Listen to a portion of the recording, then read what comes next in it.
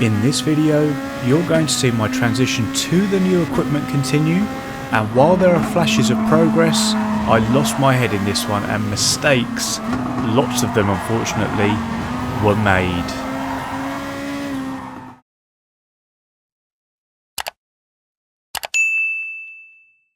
Hey guys, Erie is here and welcome along to another video. If this is your first time here and you like watching all sorts of sim racing related stuff, subscribe now and click the bell icon so you get notified of every video I upload and you don't miss a thing. Now before I get into doing my usual thing here, I just want to stop to say thanks for your guys' continued support.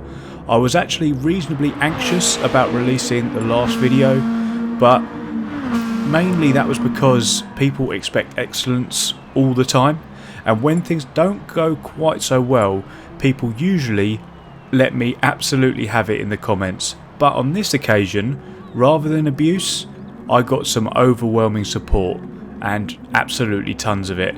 I read a load of really nice comments saying that they understand what I'm going through, and that is actually refreshing to see someone publishing content of them struggling, as they can relate to it really. I just wanted to say thanks, and that I really appreciate all the support, and we have this one and another one coming up that didn't go quite as well as I had hoped, but thanks to the quality community we have here, I'm excited to share these struggles. As I say, it's all part of the journey, and I'm going to start with this one. So obviously, as this was a daily race, we had no set qualification session in this one. In the practice before this race, I managed to put in a 1 minute 36.294, which left me in 8th place for this one. I was door number 6, so I had high hopes that we could push on further to A+ in this one. So here comes the countdown there, and we're off. So coming down the front straight here, it's quite well spaced out as we look behind, but coming down is turn number 1, probably the most dangerous part of any race on GT Sport. I'm going to get off the gas slightly early here before my usual braking point. That is so I arrive relatively under control, or more control than I normally would be, as I don't want to get caught up in any problems in the first seconds of the race. But everyone has got through cleanly here, and as always my plan is to settle into a rhythm and let the race come to me. So we're going to keep it going here, and as we come into turn number 6, keep your eye on the radar as someone's going to lob it up the inside, and then switching ahead, the Belgian in front is going to stamp on the loud pedal a little too hard, which, because I got an SR down, is my fault apparently, but never mind. Either way, we're up to 7th, and if anyone knows why I got that SR down, please let me know in the comment section down below, because I completely missed that. And while I have a second here, I'm going to introduce this dangerous combo. So early in my move to Fanatec, the Mazda touring cars were absolutely fine. The Lexus last time out was okay as well, but these Group 2 cars are different beasts. This track also is incredibly technical. At Autopolis you need to race on the edge here to be even slightly quick, and if you get it just a little bit wrong, it's completely unforgiving and you could well get bitten. As you would have seen earlier there, as I dip a wheel onto the grass and had to go full opposite lock to save it, but I managed to do so, and we found ourselves in a bit of a gap here as we start lap number 2, so I'm going to get my head down, push on, and try and keep up with the group in front. As we come across the line here to start lap number 4, I have managed to catch up to the Honda NSX in front. Things were looking good up to this point, but things are about to go very wrong. In my haste to catch the car in front, I'm going to get on the power too early there, be too impatient and just dip my left tyres onto the dirt, which is going to direct me straight to the scene of the accident. I'm going to drop down from 7th place all the way to 10th, and all because I was pushing just too hard. Just trying to save those few tenths by getting on the power as early as possible, completely against what I normally do where I try and stay as controlled as possible, but I believe that was partly down to trying to make amends for the last time out. I hate having 2 bad results on the trot, as we all probably do, I imagine, but by pushing to that level, I left my comfort zone and I've cost myself big time. And I'm going to have to work to try and regain some of these positions, but I'm sure I'm not alone though.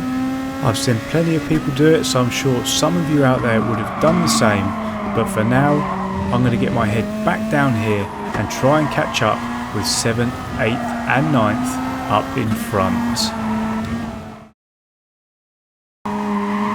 Fast forwarding here slightly to lap number 5, we're closing the gap to the cars in front rather rapidly, and in an identical issue to the guy had at the start of the race, the same Belgian is going to get back on that loud pedal again and allow me up the inside, and I'm going to make the move up to 9th.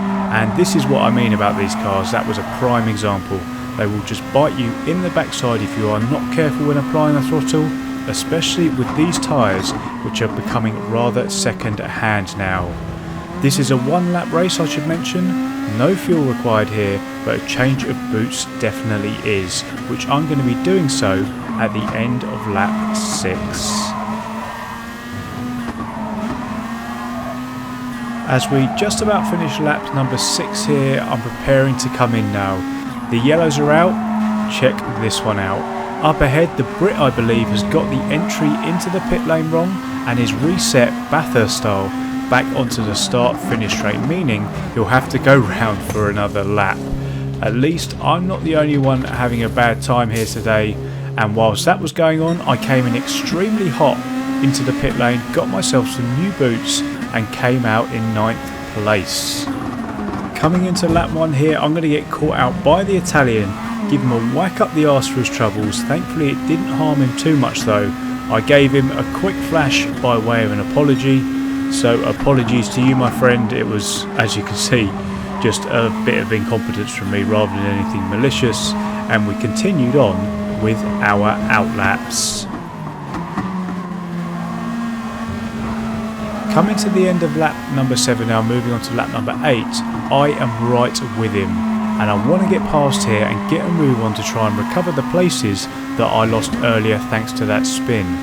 I'm never going to go for it into turn number 1, I think we'll all agree it's a hard enough corner as it is, but I'm going to make him think that I might, forcing him to defend there on the inside, which is going to make the corner tight for him, very much like Brands a couple of videos ago, meaning he's going to have to take it slower, which is going to allow me here to get up alongside and try and make a move into the much safer corner, turn number 2. We make that stick, we're up to 8th place now, and the next cars up the road are a group of 3 I think it is, battling for 5th, 6th and 7th. We'll check back later on to see if we can get up there with them.